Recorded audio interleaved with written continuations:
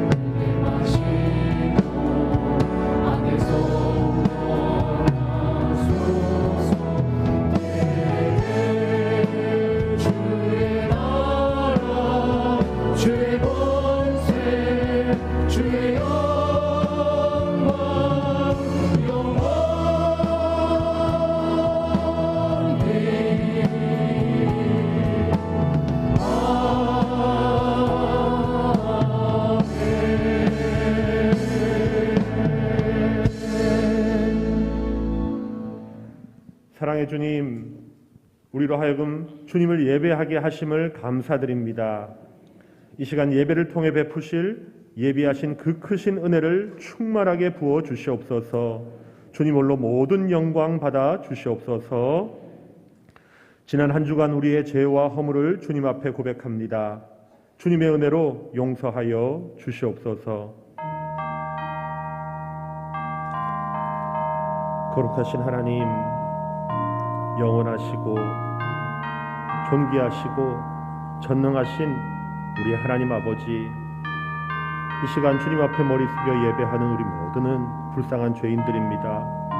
하나님을 믿노라 하면서도 때로는 세상과 하나님 사이에서 번뇌하며 또 갈등하며 쉽게 악에 치우치고 우리의 힘으로는 선을 행할 수 없는 죄인임을 고백합니다. 하나님의 말씀을 불신하는 것과 같은 우리의 행동들을, 우리의 생각들을 이 시간 회개합니다. 우리가 주님의 거룩한 계명들을 따르지 못하였던 우리의 죄악들을 회개합니다. 이 시간 주님 앞에 간구하오니 주의 선하심과 주님의 이름으로 우리의 용서의 은혜를 베풀어 주시옵소서. 우리가 우리 죄를 자백하면 그는 미쁘시고 의로우사 우리 죄를 사하시며 우리를 모든 불의에서 깨끗하게 하실 것이라. 아멘. 다 함께 신앙 고백하시겠습니다. 전능하사 천지를 만드신 하나님 아버지를 내가 믿사오며 그 외아들 우리 주 예수 그리스도를 믿사오니 이는 성령으로 잉태하사 동정녀 마리아에게 나시고 본디오 빌라도에게 고난을 받으사 십자가에 못 박혀 죽으시고 장사한 지 사흘 만에 죽은 자 가운데서 다시 살아나시며 하늘에 오르사 전능하신 하나님 우편에 앉아 계시다가 저리로서 산 자와 죽은 자를 심판하러 오시리라. 성령을 믿사오며 거룩한 공회와 성도가 서로 교통하는 것과 죄를 사하여 주시는 것과 몸이 다시 사는 것과 영원히 사는 것을 믿사옵나이다. 아멘. 찬송가 44장 찬양하시겠습니다.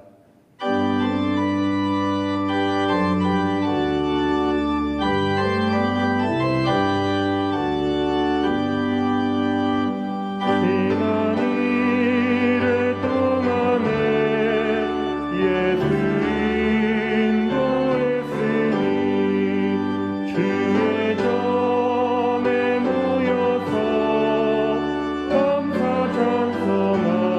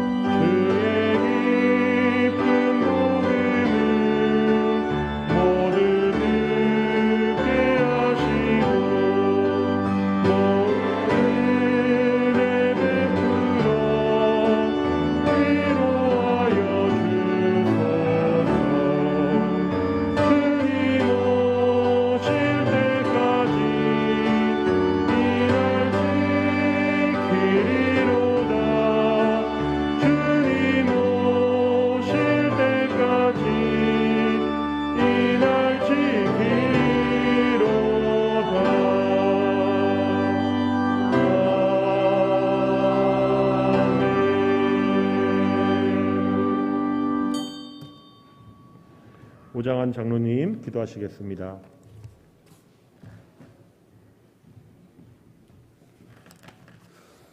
거룩하시고 전능하신 하나님 아버지, 감사와 찬송과 영광을 돌립니다. 5월 마지막 주 하나님 앞에 나와 영과 진리로 예배할 수 있도록 우리들에게 믿음을 주시고 사모하는 마음도 주시고 자유를 주셔서 감사합니다.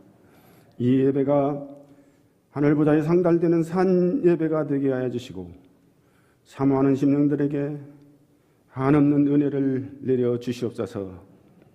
지난 한 주간도 거칠고 험한 세상에 사는 동안 육신적으로 영적으로 많은 문제들로 인하여 이 시간 돌보다도 더 무거운 짐을 지고 주님 앞에 왔습니다. 주님 발 앞에 다 내려놓습니다. 주님 받아주시옵소서. 병든 자에게는 치료의 주님을 만나 치료받게 하여 주시고 가난한 자에게는 부유케 하시는 전능하신 하나님을 만나 부유케 해두시며 앞길이 막막한 자에게는 길을 열어주시는 인도자의 하나님으로 만나게 해주시옵소서. 풍랑을 만난 가정에게는 갈릴리 바다의 풍랑을 잠잠케 하신 주님을 만나 목숨을 건질 수 있는 은혜를 베풀어 주시옵소서. 이 시간도 귀히 쓰시는 담임 목사님 말씀을 선포할 때 능력과 세심과 성령으로 역사해 주셔서 말씀이 살아 역사하는 말씀이 되게 해 주옵소서.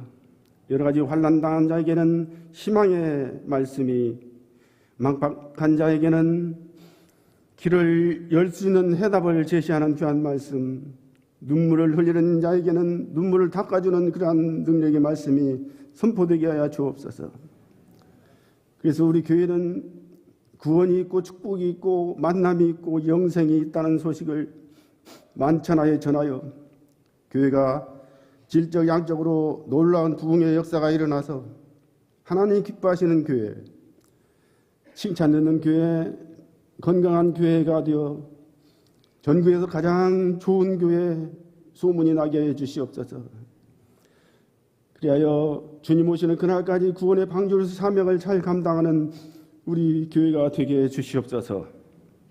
이 나라 이 민족이 정권이 바뀌었는데도 불구하고 혼란스럽습니다. 나라는 안정되게 해주시고 나라가 부강하게 도와주시옵소서. 사회가 안정되게 해주시옵소서. 경제는 성장하게 해주시고 개인은 자유와 번영을 누리는 복지국가가 되어서 이 나라가 세계 어떠한 나라보다 살기 좋은 나라가 될 수 있도록 축복해 주시옵소서. 하나님의 능력으로 남북 통일도 속히 이루어 주시옵소서. 거룩하신 하나님, 오늘은 가정 주일입니다. 가정마다 바라고 하는 기도의 제목들이 있습니다. 응답해 주시고 특별히 가정의 희망이고 교회의 희망이고 나라의 희망인 귀한 자녀들 성장하고 있사오니 어려서부터 성경 말씀에 기초가 되어 공부 잘하게 해주시고 성경에서 정치를 배우고 경제를 배우고 세계의 흐름을 배워서 앞으로 위대한 인물이 많이 나올 수 있도록 축복해 주시옵소서. 이 시간 찬양으로 영광 돌리는 찬양들을 기억하시고 준비하다가 은혜가 되고 간증이 되고 체험이 되게 해 주옵소서. 정성껏 준비한 찬양이 하늘보좌에 상달되어 하늘문이 열리는 놀라운 찬양이 되게 해 주옵소서. 이 시간 모든 성도들 은혜 받고 한 주간 세상에 나가서 할 때 승리하게 해주시고 당당하게 우리 주님 모시고 승리할 수 있도록 축복해 주옵소서. 이 예배 온전히 성삼위 하나님께서 인도해 주실 줄로 믿사옵고 예수님의 귀한 이름으로 기도하옵나이다. 아멘.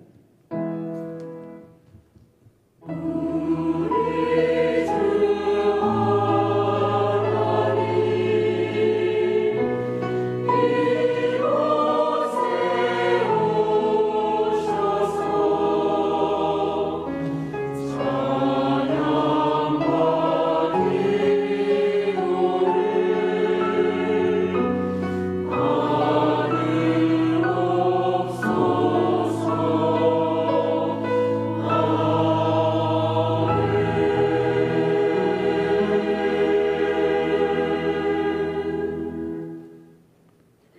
주의 소식입니다. 주보 뒷면을 함께 보시겠습니다. 오늘은 가정주일입니다. 가족과 함께 믿음의 교제를 나누시고 한가족 예배는 오후 2시입니다. 이번 주 4차 말씀 대행지는 예레미야 35장에서 에스겔 3장까지입니다. 오늘 3부 예배 시 1교구 이민규 집사님, 강지혜 성도님 가정의 딸 이예안 아기의 유아 세례가 있습니다. 5월 행복한 가정 세미나 5번째 시간 안내입니다. 오늘 한가족 예배 시 부부 함께 만들어가는 이중창이라는 주제로 박순 교수님께서 말씀 전해 주십니다.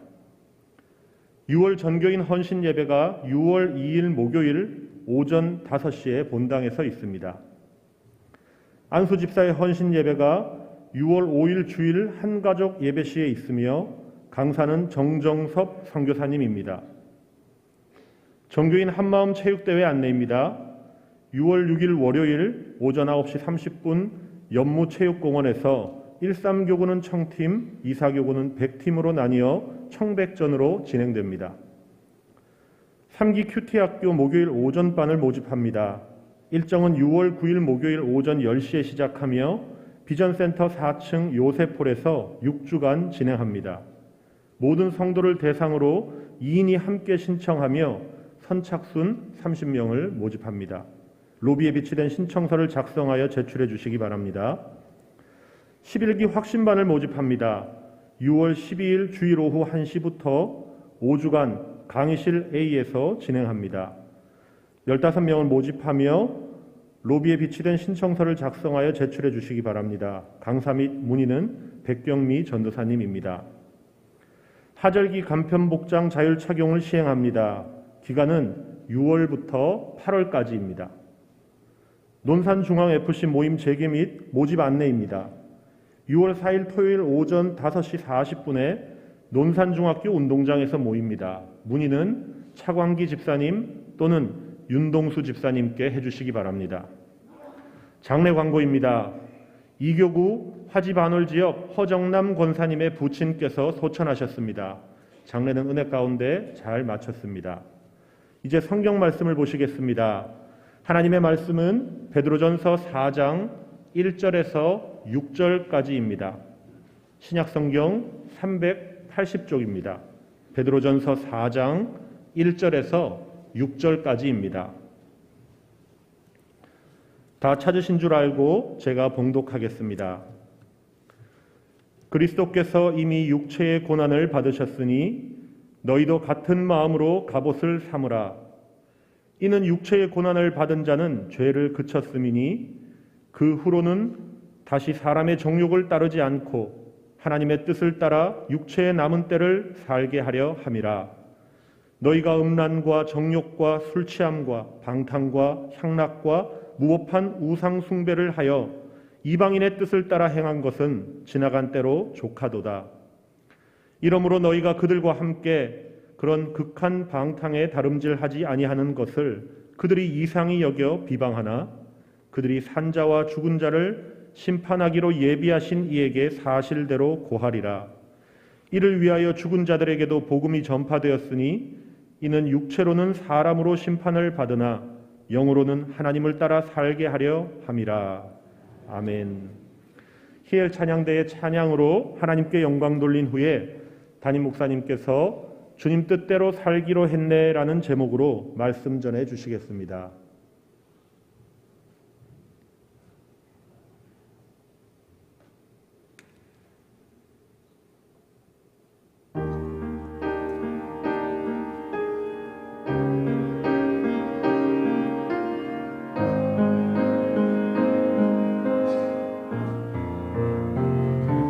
주님을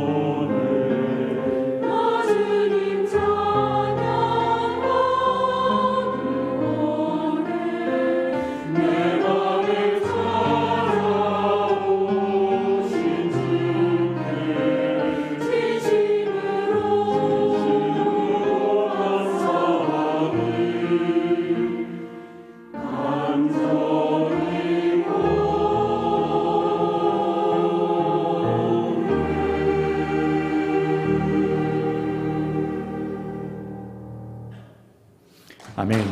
주님께 영광과 감사의 박수 올려드립니다.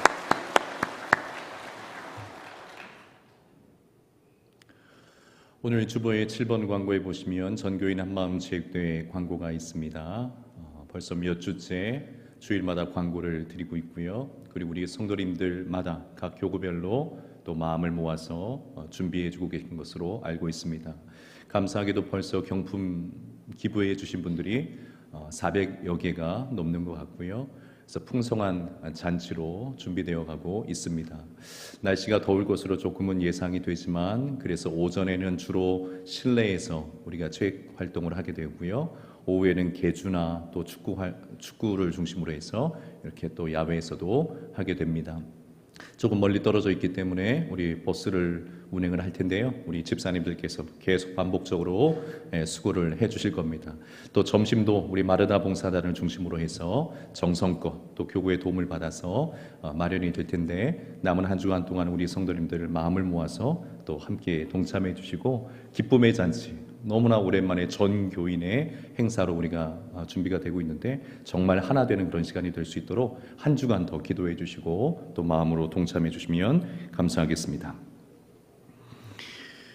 우리 성도님들이 많이 부르시는 복음성가 중에 주님 뜻대로 살기로 했네 라는 제목의 찬송이 있습니다. 곡조가 단순하고 또 내용이 매우 명확하기 때문에 많은 성도님들께서 은혜롭게 즐겨 부르시는 그런 찬송입니다. 특별히 우리가 어떤 세상의 유혹에서 벗어나서 신앙의 결단을 새롭게 하고자 할 때에 우리에게 큰 도움을 주는 찬송이기도 합니다. 1절부터 3절까지로 되어 있는 이 찬송의 핵심 내용은 무엇이냐면 이제 예수님을 믿게 되었으니 주님 뜻대로 살겠습니다. 이 고백을 하는 거죠. 그리고 예수님 믿기 이전의 삶으로는 이제 다시는 돌아가지 않겠습니다. 나 주님 믿게 되었으니 주님 뜻대로 살 겁니다. 돌아가지 않겠습니다. 이런 결단의 내용을 가지고 있습니다. 우리 사랑하는 성도님들, 우리 이 시간에 같이 한번 불러볼까요? 우리 무반주로 내 입술의 고백으로, 마음의 고백으로 한번 3절까지 한번 고백해보면 좋겠습니다. 주님 뜻대로 살기로 했네.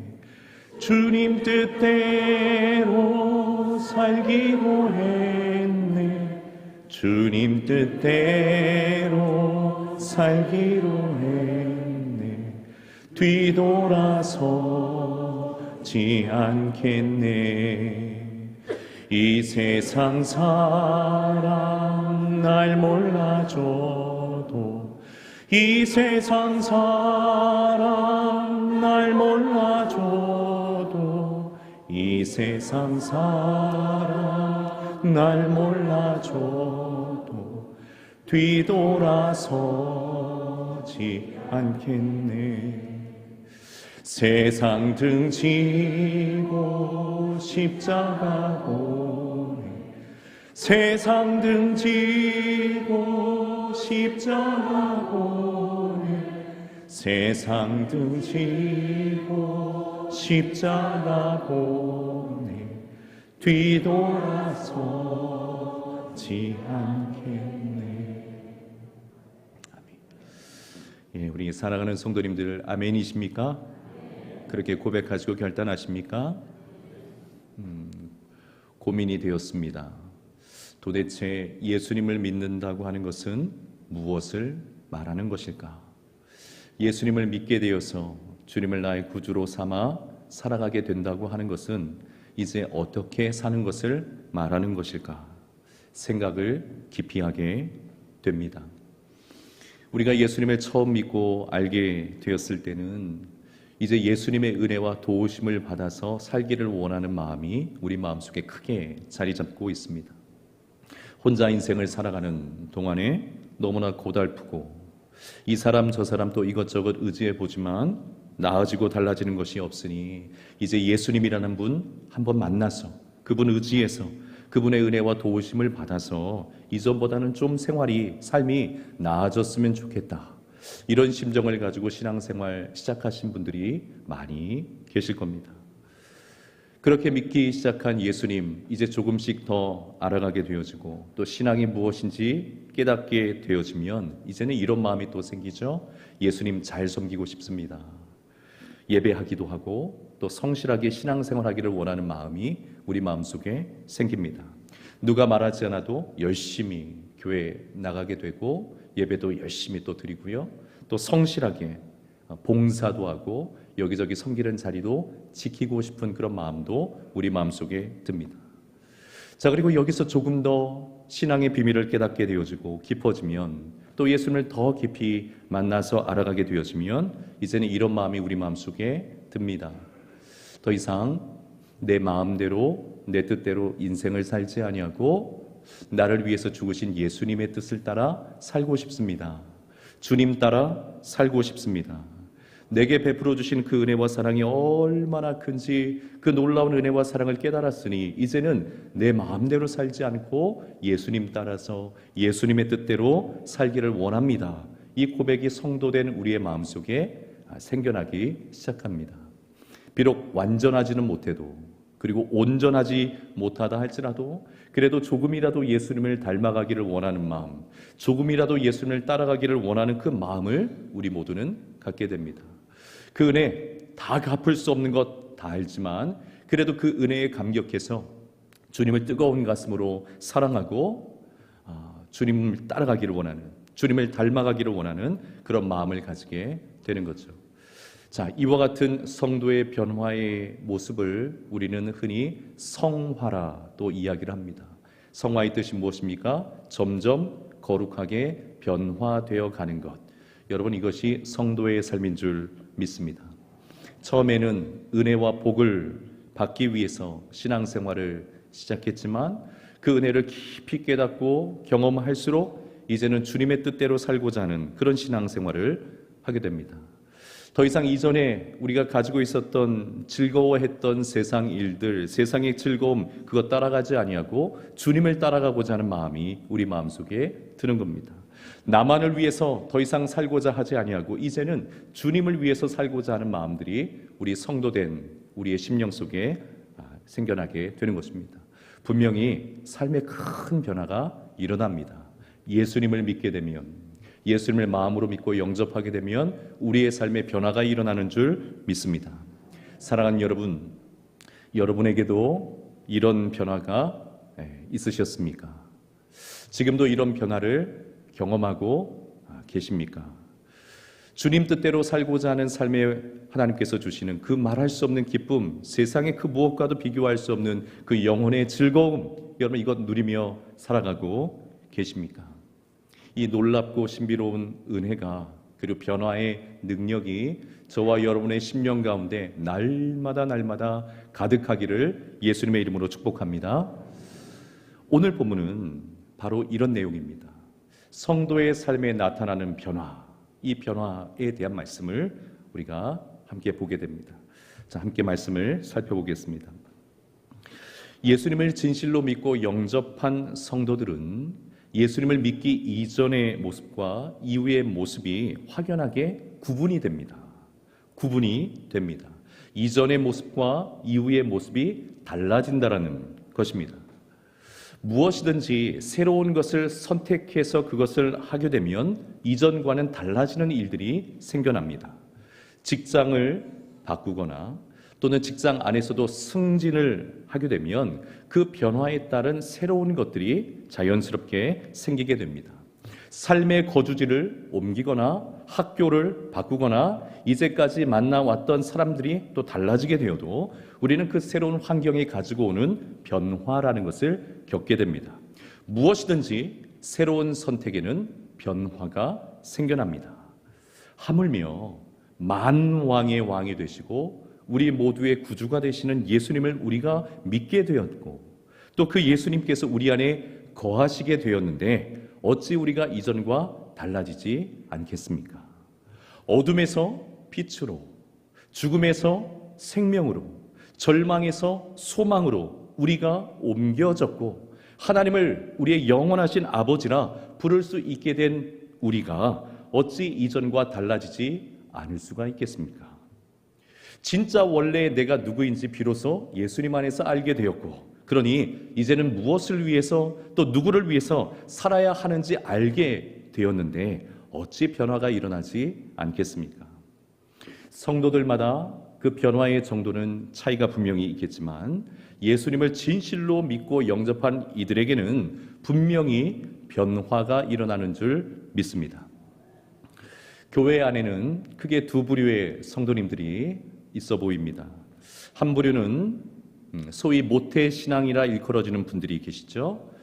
이미 신앙생활을 너무나 잘 하고 계신 부모님 밑에서 태어나서 어릴 적부터 교회와 신앙생활에 익숙해져 있고 그리고 편안하게 신앙생활하는 그런 분들이 계십니다. 이런 분들은 신앙에 있어서 어떤 급격한 변화가 일어나지는 않겠지만 신앙의 뿌리가 깊고 그리고 안정적이어서 인생을 살아가면서 크게 흔들림 없이 신앙생활하는 그런 분들일 겁니다. 자, 그런데 두 번째 부류의 성도님들은 예수님을 알지 못한 채 세상 속에서 그냥 살아가다가 누군가를 통해서 복음을 듣고 교회로 초대받아서 신앙생활을 시작하신 분들도 계십니다. 그러던 중에 예수님을 전인격적으로 만났고 그 십자가의 은혜와 사랑을 깊이 깨달아 믿음으로 구원받은 성도님들도 이 자리에 많이 계신 줄 믿습니다. 자, 이와 같은 분들은 예수님을 믿고 난 이후에 그 신앙과 삶에 급격한 변화들이 일어나게 됩니다. 그동안 예수님 없이 살았던 그 삶이라고 하는 것이 얼마나 힘들고 그리고 외로우며 고단하고 허무한 삶인 것인 줄 알게 되었기 때문에, 그리고 무엇보다도 나를 위해서 자신의 모든 것을 내어주신 예수님의 사랑을 깨닫게 되었기 때문에 그의 마음과 삶에 너무나 큰 변화라는 것이 생기게 됩니다. 자, 여러분, 이 자리에 계신 우리 성도 여러분들은 어떤 경우에 해당되십니까? 첫 번째 부류이십니까? 두 번째 부류이십니까? 사실 어떤 부류에 속해 있으시든지 성도는 예수님을 진실로 만났다면, 예수님을 진실로 나의 구주로 믿고 영접했다면 그들의 삶에는 이전과 다른 변화가 일어날 수밖에 없습니다. 특별히 세상 속에서 살아가다가 예수님을 만났고 그 십자가의 사랑을 깨달은 분들은 너무나 큰 삶의 변화를 경험하시게 되는 겁니다. 예수님이 있는 삶과 예수님 없는 삶이 확연히 다르기 때문에 그렇습니다. 자, 오늘 본문에서 언급되고 있는 성도들이 바로 이 후자에 해당되는 성도들이었습니다. 예수님을 믿고 난 이후에 급격하게 삶의 변화를 경험한 성도들에 대한 말씀이 오늘 본문의 말씀입니다. 베드로전서는 이방인으로 있다가 예수님을 믿고 그리스도인이 된 이들에게 보내진 편지입니다. 당시의 그리스도인들은 두 부류가 있었습니다. 하나는 유대인 그리스도인들이 있었고 또 다른 하나는 이방인 그리스도인들이 있었습니다. 유대인 그리스도인들이라 하면 유대인이었지만 이제 예수님을 믿고 그리스도인이 된 사람들을 말하는 겁니다. 자, 그러다 보니 소위 우리 입장에서 말하면 모태신앙인 것처럼 이 유대인 그리스도인들은 이미 하나님에 대해서 어느 정도 알고 있었고 하나님의 백성답게 살고자 하는 일종의 율법을 가지고 있었기 때문에 나름대로의 종교적 생활 환경에 익숙해져 있던 사람들이었습니다. 그러니 쉽게 죄를 범하거나 방탕한 삶에 빠질 수가 없던 사람들이었죠. 자, 그러나 반면에 이방인 그리스도인들은 달랐어요. 이방인 그리스도인들은 예수님 믿기 이전에 어떻게 살았던 사람들일까요? 말 그대로 세상에서 자기 마음대로 살아왔던 그런 사람들이었습니다. 이것이 죄인지 아닌지조차 구분하지 못한 채 세상의 즐거움과 그 쾌락을 따라서 죄의 구렁텅이에 빠져 살아왔던 이들이 이방인 그리스도인들이었어요. 이들의 삶의 모습을 3절에서는 이방인의 뜻을 따라 살아가는 것으로 표현하고 있죠. 그리고 2절에서는 사람의 정욕을 따라 살아가는 모습이라 그렇게 성경은 또 기록을 하고 있습니다. 무엇인가를 따라서 살아가고 있기는 한데 무엇을 따라가고 있는 겁니까? 세상을 따라가는 거죠. 세상이 하는 대로, 세상이 하고 싶은 대로 세상을 따라 이제까지 살아왔던 겁니다. 세상을 따라 살아가던 이들의 일상적인 그 삶의 모습이 무엇이었는가? 이것을 3절에서 조금 더 구체적으로 묘사를 하고 있어요. 우리 3절 말씀 우리 같이 한번 읽어보겠습니다. 시작. 너희가 음란과 정욕과 술 취함과 방탕과 향락과 무법한 우상 숭배를 하여 이방인의 뜻을 따라 행하는 것은 지나간 때로 족하도다. 아멘. 자, 이 당시에 이방인들의 삶이라고 하는 것은 어떤 삶이었는가? 정욕대로 살아가는 삶이었습니다. 방탕하게 살아가는 것이 일상이 되어버린 그런 삶의 모습이었습니다. 음란과 정욕이라고 하는 것은 성적인 죄악들을 주로 말하는 것인데, 정욕을 절제하거나 통제하지 못하고 이 부도덕한 성적인 그런 문제들이 일상의 생활 속에 만연해 있었던 그런 삶의 모습을 가지고 있었던 겁니다. 정욕이라고 하는 이 헬라어 단어의 본뜻은 무엇이냐면, 욕심을 억제하지 못하고 오히려 그 욕심을 계속 키워가는 것을 뜻합니다. 성적인 타락에 있어서 절제력을 잃어버린 상태, 그 욕심을 통제하고 절제하기 위해서 노력하기보다는 그 욕심을 오히려 더 키우고자 하는 이 죄악된 본성이 있는 그대로 꺼리낌 없이 드러나고 있었던 그 모습과 삶의 형편들이 이방인들이 살고 있었던 그런 모습이었어요. 술 취함과 방탕과 향락, 자, 이것은 주로 술과 관련된 문제들인데, 앞서 언급해 드렸던 이 성적인 문제와 이 술과 관련된 음주의 문제는 항상 함께 일어날 때가 많습니다. 그리고 이 두 가지 모두 깊이 빠지게 되어지면 자기의 힘으로 헤어나오지 못하는 일종의 중독적인 성향을 가지고 있습니다. 자, 그런데 이 음란과 이 음주의 방탕한 생활이 또 무엇과도 연결되어 있었는가 하면, 오늘 본문에 기록되어 있는 것처럼 무법한 우상 숭배와도 연결이 되어 있는 겁니다. 음주와 음란이 뒤섞인 채 가증스러운 이 우상 숭배 행위들이 일어나고 있었는데, 자, 사람들이 극단적으로 타락하게 되어지면 우상을 찾게 됩니다. 종교적인 타락에까지 빠지게 되는 겁니다. 자, 이러한 모습이 이방인의 삶에 일상적으로 일어나고 있었던 겁니다. 자, 그래서 4절의 말씀에 보면 이러한 이방인들의 삶의 모습을 또 뭐라고 묘사를 하냐면, 극한 방탕에 다름질하는 것이라, 이렇게 묘사를 해요. 극한 방탕에 다름질하는 것. 자, 이 표현의 원래의 뜻은 무엇이냐면, 방탕의 경류에 휩싸여 버렸다, 방탕의 홍수에 빠져버렸다, 이런 뜻을 가지고 있습니다. 자, 그러니 음란도, 음주도, 무법한 우상 숭배도 일종의 중독과 같아서 도저히 스스로의 힘으로는 여기서 빠져나오지 못하고 빠져나올 수도 없는 그런 상태 속에 이방인들이 살고 있었다는 거예요.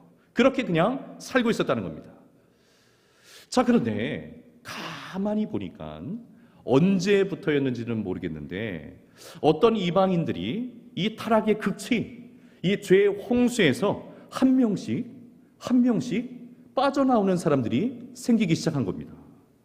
도저히 못 빠져나올 것 같은 상황인데, 그런 일상의 삶이 만연되어 있는 그런 삶의 형편이었는데, 그런 중에도 빠져나오는 이들이 생겨나기 시작한 겁니다.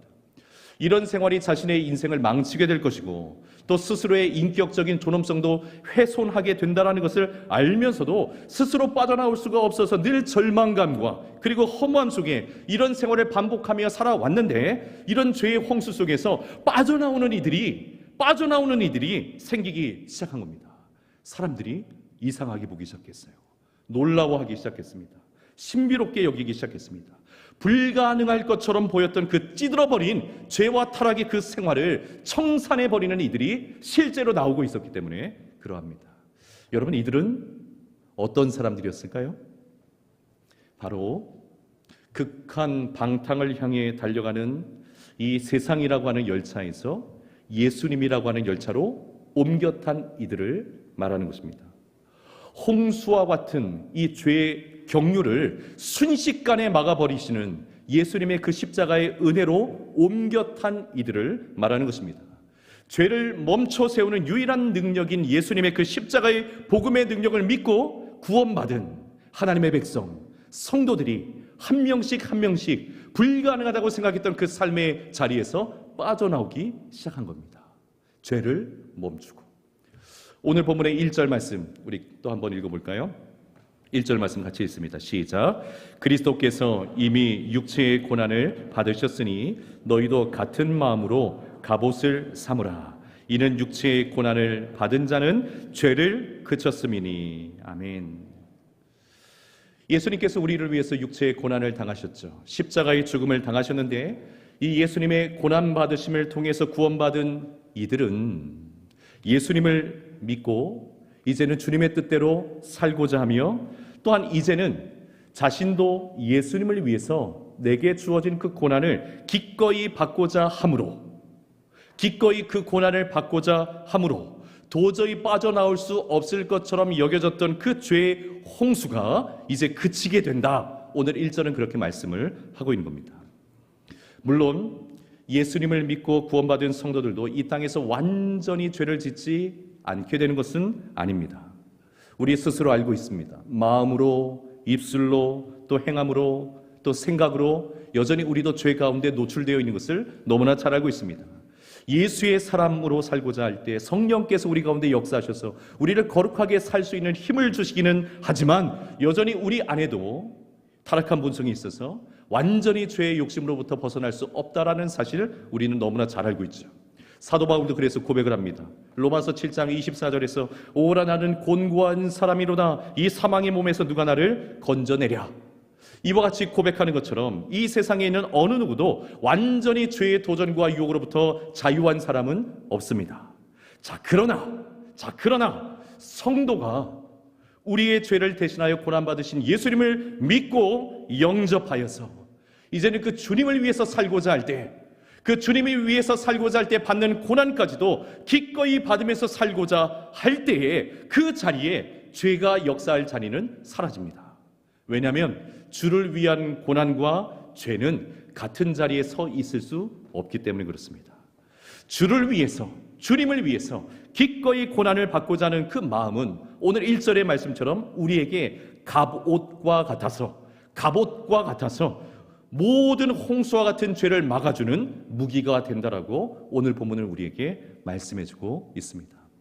사랑하는 여러분, 그러므로 홍수와 같은 죄의 권세를 막아내고 이겨내며 그 홍수에서 빠져나오게 하는 유일한 능력은 예수님뿐인 줄 믿습니다.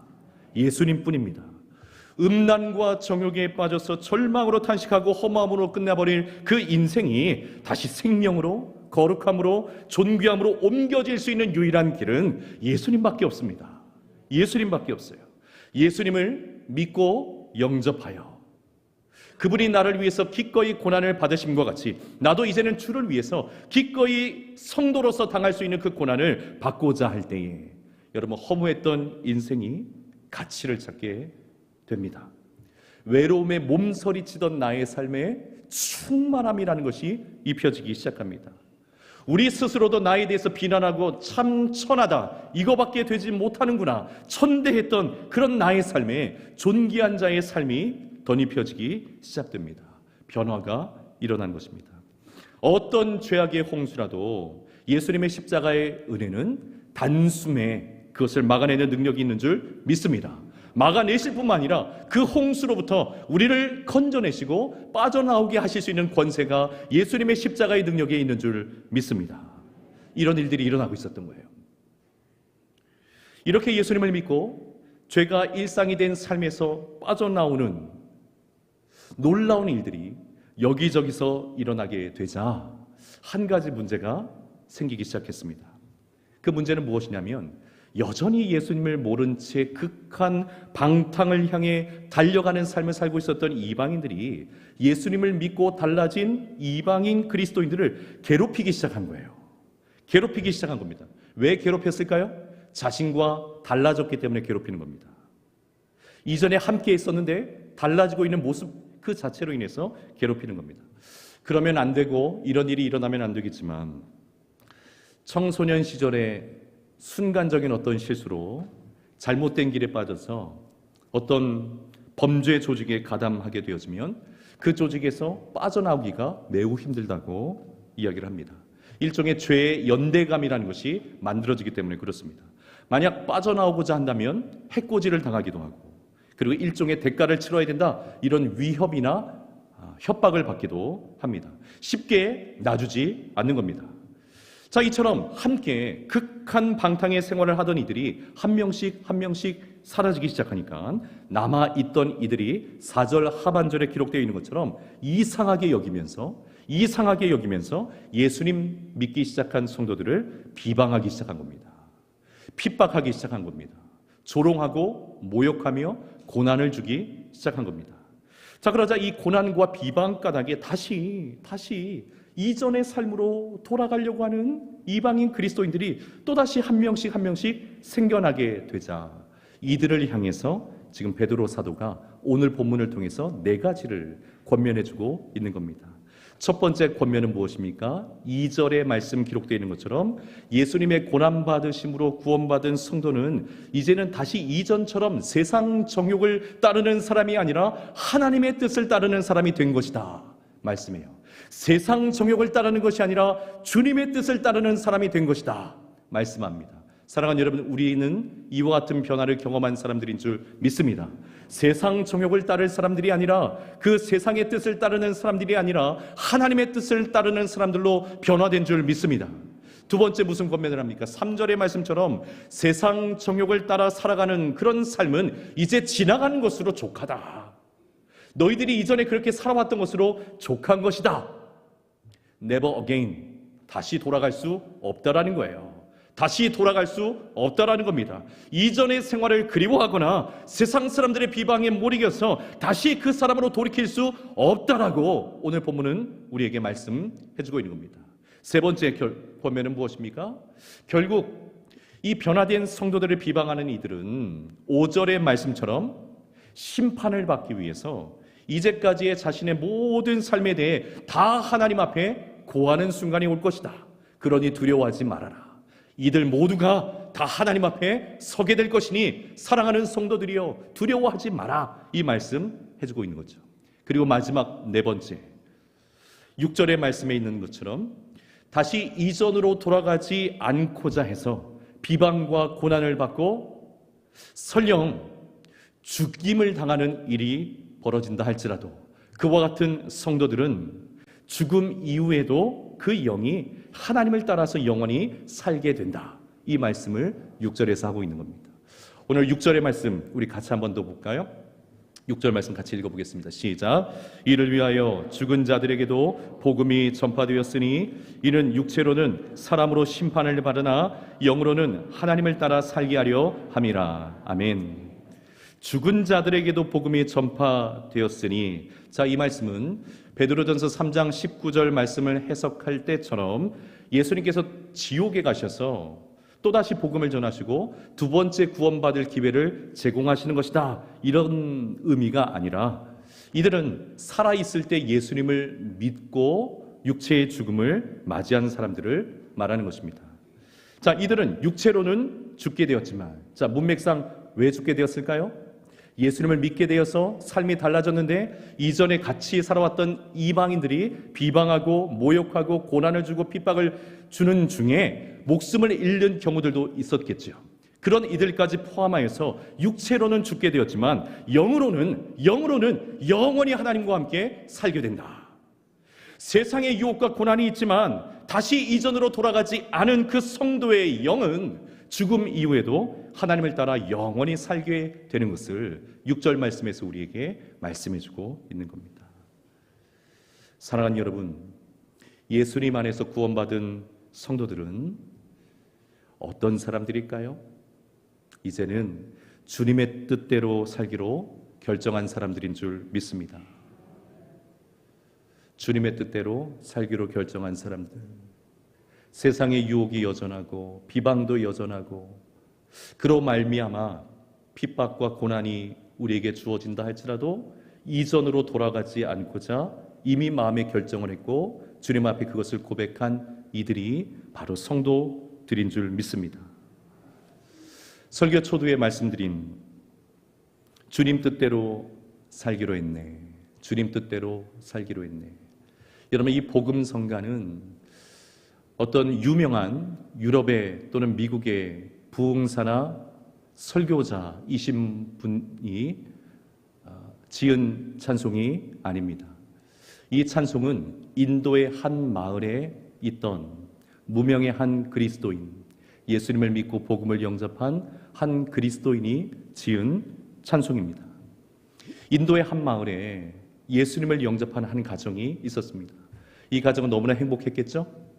이전에 그 허무했던 삶, 우상을 숭배했던 그 절망스러운 삶이 얼마나 안타까운 삶인지 깨닫게 되었고, 영원한 생명과 구원의 은총을 입게 되었으니 이 가족이 얼마나 행복했겠습니까?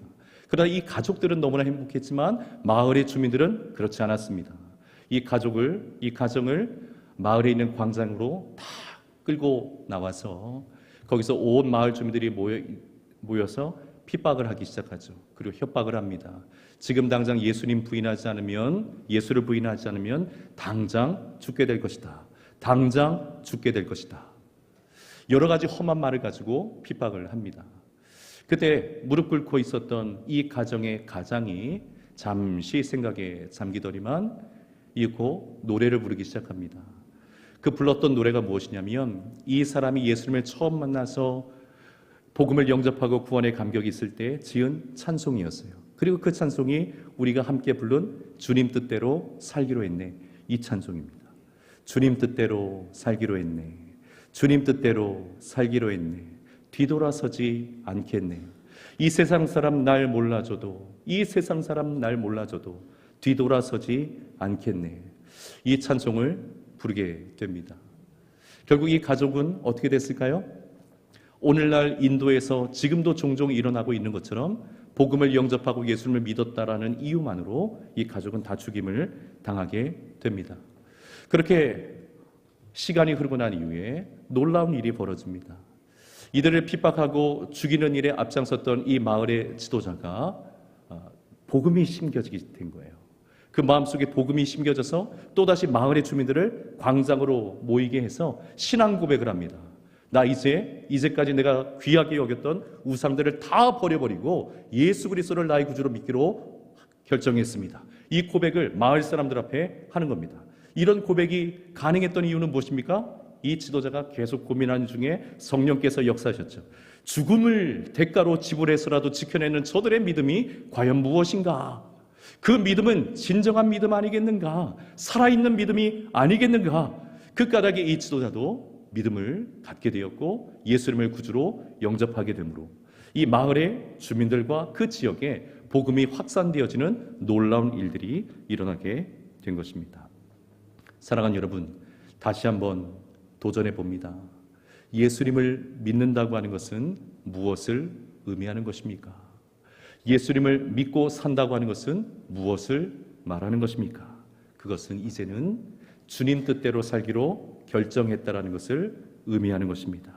설령 세상에 비방과 고난이 있을지라도 오히려 주님과 함께 고난받기를 주저하지 않으므로 오늘 1절의 말씀처럼 그 고난을 주저하지 않는 마음이 우리에게 갑옷이 되어서 우리를 지켜주시는 놀라운 은혜를 경험하며 살아가는 이들이 바로 성도들인 줄 믿습니다. 주님 뜻대로 살기로 했네, 뒤돌아서지 않겠네, 이 찬송을 고백하며 천성에 이르는 그날까지 우리 모든 성도님들이 믿음의 길을 굳건히 걸어가실 수 있기를 예수님의 이름으로 축복합니다. 우리 이 말씀 의지해서 같이 한번 기도하겠습니다. 주님을 믿는다고 하는 것은 이전에는 은혜만 받고 복만 누리며 사는 것이라 그렇게 생각해 왔을지 모르겠지만 이제 또다시 깨닫습니다. 주님을 믿는다고 하는 것은 주님의 뜻대로 사는 것임을 고백합니다.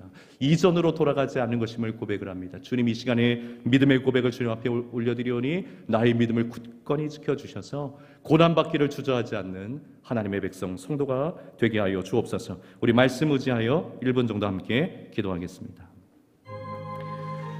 사랑의 하나님 아버지, 감사합니다. 거룩한 주일 우리에게 허락하여 주시고 오늘도 영원하신 하나님 아버지를 예배하며 영으로 진리로 주님을 찬송하고 경배하게 하시니 참으로 감사합니다. 오늘 특별히 주신 말씀을 마음속에 깊이 새깁니다. 주님을 믿는다고 하는 것은 그저 예수님의 은혜와 도우심을 받으며 그것을 누리며 사는 것이라 생각해왔던 우리의 믿음의 자리가 이제는 더 깊어지게 하여 주셔서 진실로 주님을 믿는다고 하는 것은 주님의 뜻대로 살고자 결단하는 것임을 다시 한번 깨닫게 하여 주시옵소서. 그래서 하나님 아버지, 주님을 따라 살고자 할 때 세상의 사람들이 이전과 달라진 우리의 모습을 보며 비방하기도 하고 손가락질하기도 하고 이상히 여기기도 하지만 그것에 구애됨 없이 주님과 함께 동행하여 기꺼이 그 고난까지도 감당하고자 할 때에 그것이 우리에게 갑옷이 되어서 우리의 영혼을 지켜주시는 줄 믿습니다. 사랑하는 우리 논산중학교의 모든 성도들이 바로 이 믿음의 길에 들어서게 하여 주셔서 날마다 주님과 함께 동행하며 살아가는 승리하는 성도의 삶으로 살아가는 우리 모든 성도들 다 될 수 있도록 은혜를 베풀어 주시옵소서.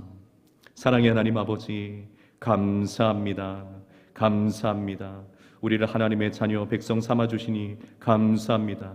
예수님의 십자가의 은혜로 우리를 구원하여 주신 것 너무나 감사합니다. 죄 많은 세상 속에서 살아가지만 이제는 구원받은 하나님의 백성으로 살게 하신 것 너무나 감사합니다. 하나님 아버지, 믿음으로 살아간다고 하는 것은 단지 하나님의 은혜와 복을 누리며 살아가는 것 그 자리에 머물러 있는 것이 아니라 이제는 주님의 뜻대로 살고자 마음으로 전 삶으로 결단하는 것인 줄 믿습니다. 사랑하는 우리 모든 논산중앙교회 성도님들이 예수님을 닮아가고 예수님을 따라가며 때로는 주님과 함께 기꺼이 고난까지도 감당하고자 하여서 오히려 그 고난이 우리의 영혼을 지켜주는 갑옷이 되는 것을 누리며 경험하며 살아가는 우리 모든 성도들 되게 하여 주시옵소서. 존귀한 성도들이 되어서 존귀한 자에게 부어주시는 하나님의 또 다른 은혜와 복이 이 마음으로 인하여 이 세상을 변화시키는 참된 빛으로 소금으로 살아가는 우리 모든 논산중앙교회 성도들 되게 하여 주시옵소서. 오늘도 주님 앞에 이 믿음의 고백으로 예물을 올려드립니다. 11조로 감사 예물로 1,000번제로 선교헌금으로 주일작정헌금으로 또 곳곳이로 올려드린 손길들 우리 주님 기쁘게 받아주시고 모든 이 예물은 오직 하나님의 나라와 영광을 위해서만 쓰여지게 하여 주시옵소서. 드리는 이들의 삶의 손길에 주의 은혜와 복을 더하여 주셔서 더 많은 것을 드려도 부족함이 없는 복 있는 삶이 되게 하여 주시옵소서. 주님의 몸된 교회를 섬기며 예배를 수종드는 모든 주의 종들 위에도 동일한 은혜를 허락하여 주셔서 섬기는 그 자리에서 우리 예수님 깊이 만나고 주님과 함께 동행하는 삶의 즐거움을 다시 깊이 회복하는 은총을 허락하여 주시옵소서. 주님 함께 하실 줄 믿고 감사드리고 예수님 이름으로 기도드리옵나이다. 아멘. 오늘 이 시간에 새로 등록하신 새 가족분들이 계십니다. 우리 김인기 성도님 그리고 이경숙 성도님 두 분 계신데요. 우리 자리에 계시면 손을 들어서 한번 표해 주시면 감사하겠습니다. 뒷자리에 앉아 계신데요. 우리 박수로 환영하겠습니다. 감사합니다. 네, 등록해 주셔서 감사하고 교회에서 최선을 다해서 우리 두 분 섬기도록 하겠습니다. 다 함께 자리에서 일어나셔서 94장 찬송합니다.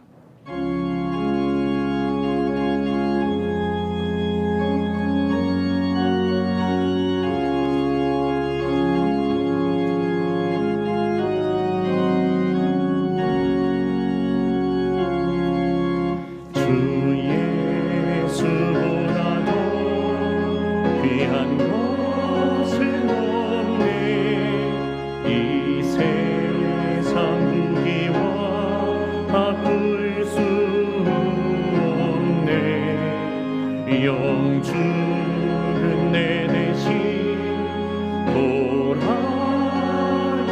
돌아가신 그 놀라운 사랑 잊지 못해. 세상 즐거움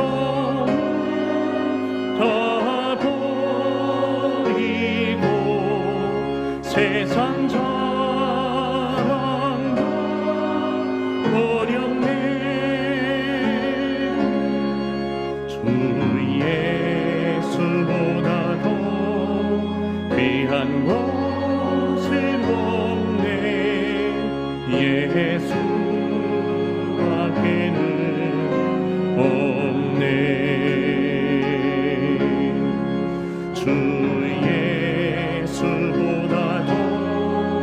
귀한 것은 없네.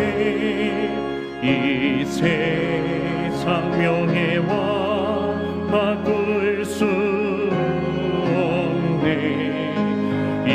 이전에 즐기던 세상 일도 주 사랑하는 마음 맺지 못해 세상 즐거움 다 버리고 세상 자랑 다 버렸네. 주 예수보다 더 귀한 것은 없네. 예수 밖에는 없네. 주 예수보다 더 귀한 것은 없네. 이 세상 행복과 바꿀 수 없네. 유혹과 핍박이